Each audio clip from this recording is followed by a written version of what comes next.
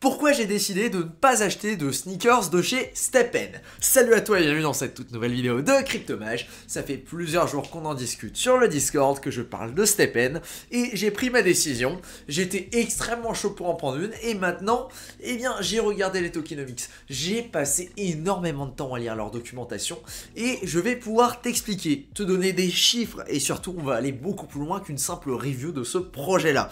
Je vais également te dire pourquoi je ne suis pas tenté là maintenant tout de suite de m'en prendre une, même si j'adore le projet et je suis à 100% derrière. Voilà, j'espère que la petite mise en bouche est bien sympathique parce qu'on va discuter dans une première partie. Là on va parler directement du projet et de ce que c'est. Du coup si tu connais déjà, peut-être qu'on va t'apprendre des trucs, mais il y a très bonne chance que non. Et dans la deuxième partie par contre, on va aller chercher des choses beaucoup plus intéressantes. On va aller regarder les tokenomics, on va aller regarder le système de génération de jetons et on va faire des petites comparaisons notamment avec un petit tableau Excel et des courbes exponentielles. Nickel, je pense que on est tipard. Du coup, première chose à savoir, ça va être que STEPN, qu'est-ce que c'est? Quelle est cette chose là? C'est des baskets? C'est quoi ce logo? Comment ça fonctionne? STEPN, c'est un projet qui a été lancé sur Solana.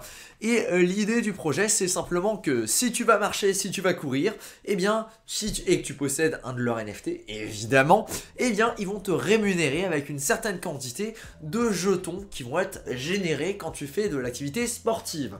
Évidemment, il y a des limites et évidemment, c'est assez calqué sur les applications que tu peux déjà télécharger, comme par exemple WeWards, qui a sur le téléphone, sur Android, je sais pas si c'est sur iPhone. Et là-dessus, par exemple, tu peux simplement aller dessus et quand tu vas marcher au bout d'un certain nombre de pas, eh ben tu vas générer de l'argent. Alors quand je dis générer de l'argent, c'est avec un quadruple guillemets sur ce type d'application. En fait, c'est la pub qui génère de l'argent. Évidemment, toi en allant marcher, en allant faire tes courses, tu vas pas générer physiquement de l'argent. Tu n'apportes pas de valeur au monde, non. Mais par contre, en regardant des publicités sur cette application et en reliant ça en fait avec un système un petit peu plus complexe de partenariat et autres, eh bien eux arrivent à te payer des sommes minuscules, hein. Pas déconner non plus, mais qui te permettent en fait d'être un petit peu motivé, de te dire écoute, dans un an, si je continue de marcher comme ça, je pourrais peut-être me payer un restaurant. Voilà, sympathique. STEPN a repris le concept, mais a level up le truc en rajoutant des NFT et de la crypto-monnaie pour avoir quelque chose de véritablement unique et de très très sympathique. Tu vois le petit compteur en temps réel, c'est le genre de petits détails que j'adore. Ok, comment ça fonctionne? Concrètement, on va aller du coup sur leur site Getting Started. Très simplement, tu vas télécharger leur application. En téléchargeant leur application, tu vas donc créer un wallet sur Solana parce que c'est sur la blockchain Solana. À moins que tu en possèdes déjà un et du coup tu peux le récupérer directement. Sinon, ensuite, une fois que tu as fait ça, il va falloir acheter un NFT. Sinon, tu peux juste te servir de l'application sans posséder de NFT de chez STEPN. Et du coup, ça fait simplement un compteur kilométrique. Mais bon, c'est pas trop là qu'est l'intérêt parce que des applications comme ça, il y en a déjà des centaines. Du coup, toi, ce qui va t'intéresser, évidemment, eh bien, c'est d'aller acheter un de ces NFT. Petite information, là maintenant tout de suite, on est le 4 avril 2022, le prix pour une STEPN est de 8 Solana, du coup c'est l'équivalent de 1000 $. Je sais, ça peut surprendre, je sais, c'est cher, mais c'est comme ça à l'heure actuelle, c'est l'offre et la demande, les gars malheureusement c'est non négociable. Tu verras plus tard dans la vidéo, quand je vais t'expliquer les tokenomics, ce qui va se passer et pourquoi je pense qu'un jour ce sera quand même beaucoup plus abordable. Ok, du coup tu achètes ta chaussure et à partir du moment là où tu as ta chaussure, tu vas avoir 2 points d'énergie par jour. Ces 2 points d'énergie là, ils vont être consommés quand tu vas marcher ou courir avec l'application ouverte pendant 10 minutes. Du coup, tu vas consommer 1 point toutes les 10 minutes et ça va te générer tes jetons. Les jetons vont être générés en fonction de la chaussure que tu possèdes parce qu'il y a différents types de chaussures et en fonction de ses caractéristiques. Et oui, on joue un RPG les gars, oubliez pas. Du coup, avec ça, tu vas générer ces jetons. Ces jetons-là peuvent être réinvestis pour générer plus de jetons en utilisant ta chaussure. Très très sympathique comme mode, ici tu peux voir les différentes caractéristiques. Je te mettrai évidemment toute la documentation en lien parce qu'elle est hyper pertinente et elle explique énormément de choses. Du coup tu vas améliorer ta chaussure Et en fait, tu as le choix, soit tu améliores ta chaussure, soit tu vas pouvoir revendre les jetons que tu as générés pour évidemment te rembourser. Hein. Du coup, il y a pas mal de stratégies qui sont possibles. Soit tu vas acheter une sneakers et du coup tu vas aller marcher pour te rembourser. Et à partir de là, tu décides si tu veux réinvestir, repartir là-dessus. Ou alors tu joues en free rolling simplement avec la seule sneakers que tu as acheté. Et à partir du moment là où tu t'es remboursé, en fait tu t'en fiches de ce qui se passe. Tu t'es remboursé, du coup ça te permet de générer un petit peu d'argent quand tu vas marcher. Très très sympathique, voilà. Et suite à ça, si tu vas investir dans 2 sneakers par exemple et tu peux faire des bébés sneakers. Me demande pas comment ça marche, je suis pas un génie de la biologie, mais par contre tu peux faire des bébés sneakers en payant une partie en fait dans leur jeton, le jeton que tu vas fermer directement en jouant. Voilà. Très intéressant ce système, garde bien cette mécanique en tête parce qu'on va s'en servir là maintenant tout de suite. Du coup c'est quelque chose qui permet en fait de générer des jetons, du coup de la valeur en marchant. Évidemment toi quand tu vas marcher, de la même façon que quand tu utilises des applications plus classiques, tu ne vas pas générer de valeur, c'est pas toi en marchant qui va générer de la valeur dans le monde. Non, absolument pas. Ça fonctionne par un système d'émission. Et c'est là qu'on va venir à notre point qui est très intéressant. On va donc faire un petit peu de maths. Du coup, les maths, ils sont sur l'autre onglet. Alors, je vais te montrer ça tout de suite. Voilà, du coup, on arrive sur mon petit onglet. J'ai fait un petit Excel plutôt sympathique et on va regarder comment tout ça fonctionne. Première chose, il va falloir que tu achètes une sneakers. Du coup, à l'heure actuelle, on est à 8 Solana, soit environ 1000 $. Évidemment, toi, quand tu vas regarder cette vidéo, le prix sera très très probablement différent. Du coup, je t'invite à faire tes petits calculs et à regarder comment ça fonctionne. On va donc regarder comment on peut calculer le différent ROI, c'est-à-dire le retour sur investissement. On va donc calculer en combien de jours tu peux te rentabiliser avec des sneakers de base, du coup celles que tu peux acheter à 8 Solana.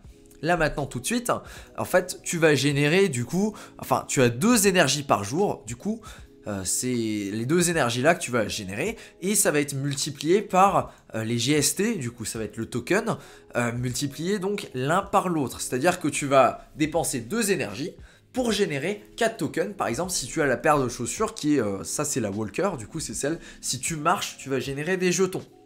Là, à droite, on va avoir la jogger, du coup, ça c'est quand tu vas courir, mais à faible allure, tu vas générer des jetons. Et à droite, encore plus à droite, on a la runner, et celle-là, c'est si tu vas courir de façon intense, tu vas générer des jetons. C'est-à-dire qu'il y a des limites de vitesse. Alors, on va regarder ça tout de suite.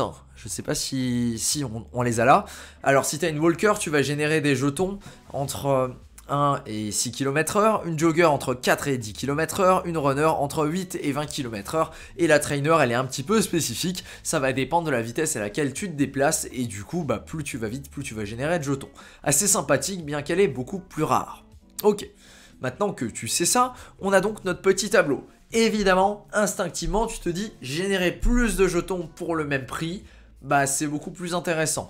Notamment parce que entre la walker et la runner, tu vas générer 50% de plus. C'est-à-dire que ton investissement va être beaucoup plus rentable. Ici, du coup, j'ai pris le prix du GST là maintenant, tout de suite, au moment là où j'ai tourné la vidéo. Évidemment, ce sera à toi de regarder. Là maintenant, il est à 4,76 $. Peut-être que toi, il sera à plus, peut-être que toi, il sera à moins. Ok. Du coup, avec ça, on peut calculer les gains journaliers. Évidemment, j'ai multiplié par 0,8. Normalement, tu vas générer plus d'argent par jour, mais il faut prendre en compte que tous les X jours, tu dois réparer ta chaussure. J'ai pas pris en compte les coûts exacts en GST, du coup, de ce que ça peut représenter. Je me suis juste basé sur une base que, ok, on va dire que 1/5 des jetons que tu génères vont être dépensés là-dedans. Ça peut être plus, ça peut être moins, j'ai pas testé personnellement, mais je pense qu'on est sur une bonne estimation. On arrive donc du coup à 30 $ par jour si tu achètes une chaussure à 1000 $. Très très intéressant.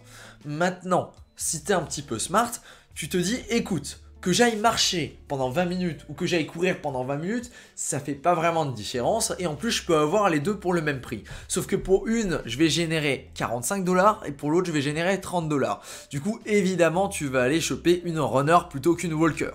Voilà.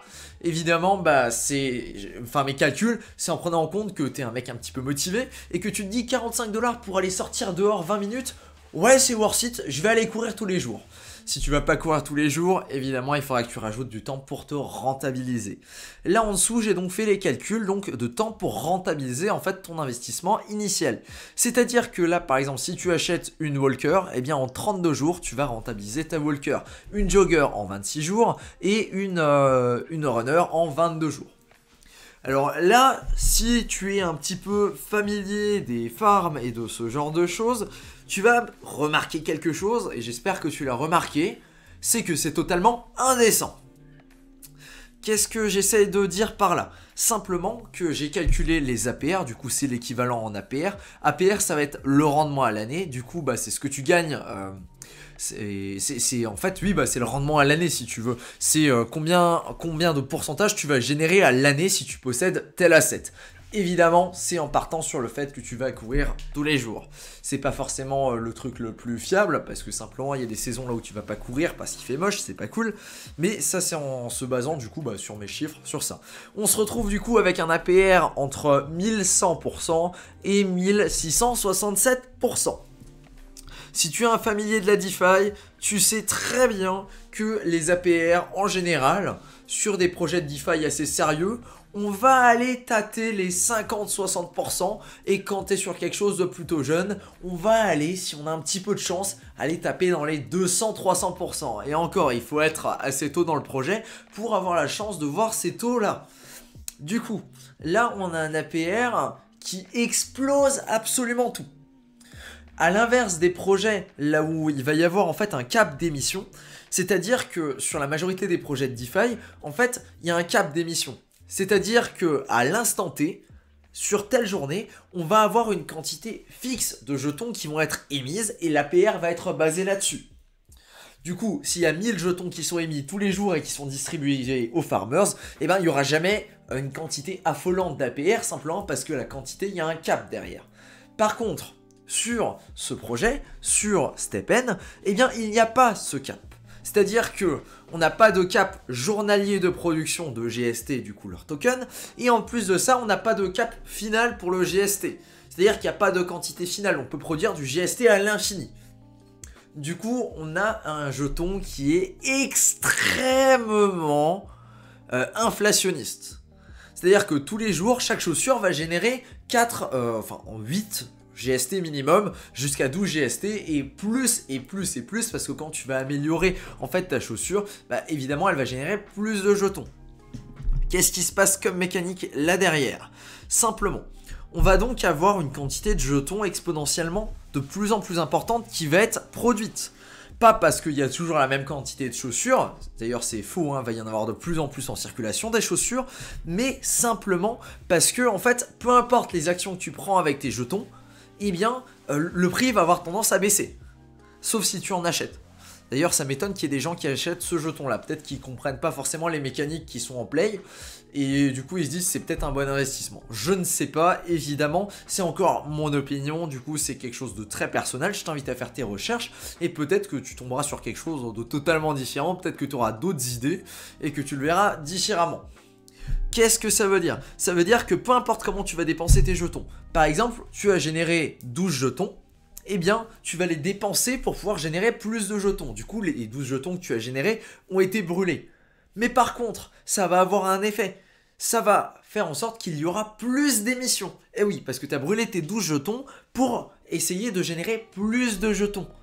Imagine, tu augmentes ça sur toutes les sneakers qui existent du coup dans leur projet, tu multiplies ça par l'augmentation du coup de la génération à chaque fois parce que les gens vont brûler des jetons pour en générer plus, tu multiplies ça par le nombre de sneakers qui est exponentiel parce que plus il y a de sneakers, plus il y aura de sneakers, du coup plus il y aura de GST, et tu obtiens un combo exceptionnel pour avoir énormément d'inflation.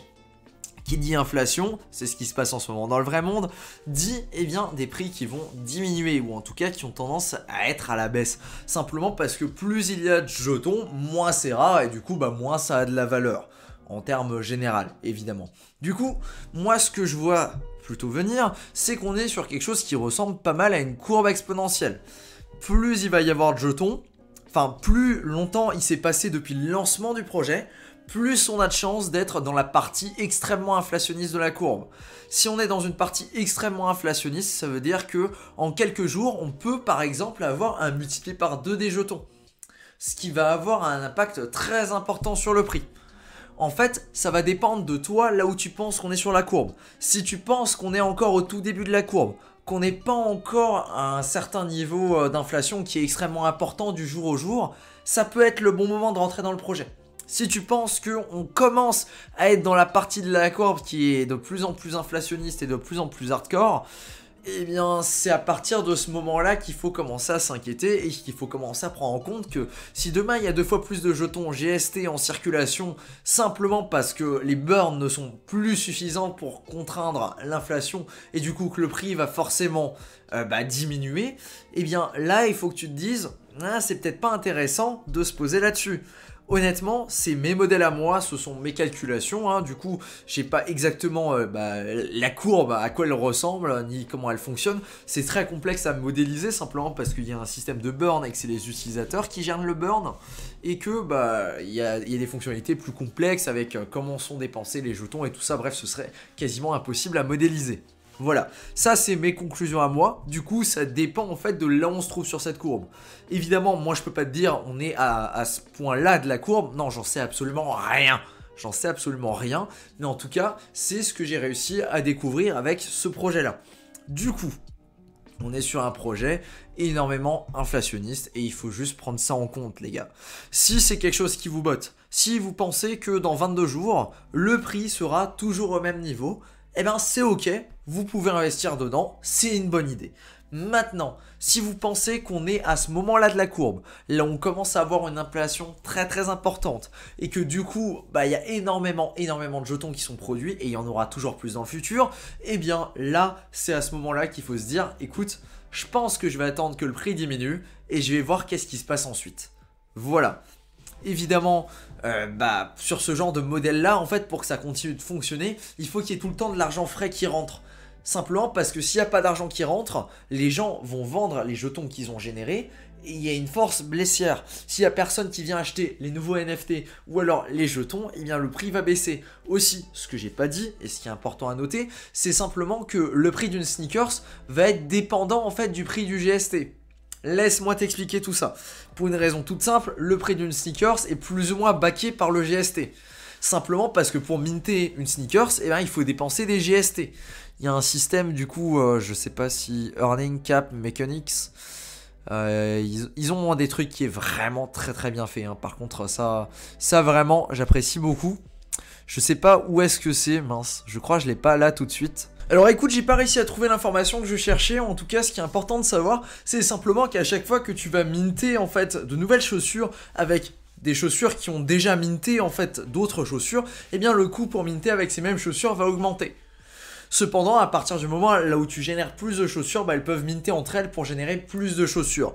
Bref, comme tu l'auras compris, il n'y a pas de cap en termes de NFT maximum qui peuvent être créés chez STEPN et du coup, à terme, les NFT seront de moins en moins chers et du coup de plus en plus accessibles. Cependant, le rendement va évidemment diminuer parce que la quantité de jetons qui sera disponible sera beaucoup plus importante que ce qui est le cas là maintenant tout de suite. Voilà du coup pour cette vidéo. Je pense que STEPN a encore de très très beaux jours devant elle, hein. Vraiment très très belle collection, très très beau projet. Simplement il faut prendre en compte en fait le facteur inflationniste qui est très très important. Et du coup je pense que à l'heure actuelle, il y a un petit peu trop de hype dessus par rapport à ce qu'il y a. Simplement c'est un projet qui délivre, c'est un projet qui est là, mais il faut pas oublier de prendre en compte le fait que c'est ultra inflationniste et que du coup le jour là où quelqu'un commence à vendre et là où beaucoup de monde commence à vendre, là où il y a moins d'offres à l'achat, c'est un système qui peut très très vite s'effondrer.